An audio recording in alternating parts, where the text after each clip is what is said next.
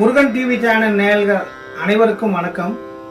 இன்று முருகப்பெருமானின் மிக முக்கியமான நாள் தைப்பூச திருவிழா.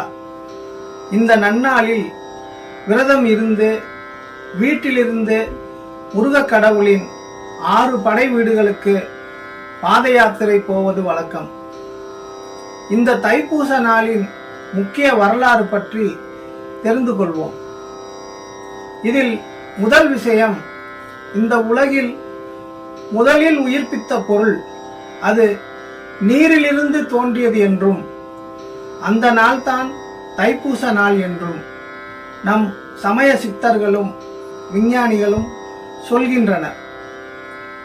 இந்த திருவிழா தை மாதம் வரக்கூடிய பூச நட்சத்திரமும் பௌர்ணமி திதியும் சேர்ந்து வரக்கூடிய நாளாகவும் குருவும் சந்திரனும் கிரக சேர்க்கை ஆகக்கூடிய நாளாகவும், அது மட்டுமல்லாமல் முருகப்பெருமான் ஞான சக்தியாகவும் வள்ளியம்மை இக்ஷா சக்தியாகவும் தெய்வ யானை கிரியா சக்தியாகவும் நமக்கு அருள் தந்து தைப்பூச திருநாளான இன்று வள்ளியை திருமணம் செய்து கொண்ட நாளாகவும், முருகப்பெருமான் சிவபெருமானின் முக்கண்ணில் இருந்து தோன்றி சூரனை அழிக்க அன்னை சக்தி தேவியிடம் சக்திவேல் பெற்றுக்கொண்ட நாளாகவும், அதைவிட முக்கியம், நம்முடைய மனதில் இருக்கும் கெட்ட எண்ணங்களை போக்கி நல்ல புத்தியை முருகப்பெருமானிடம்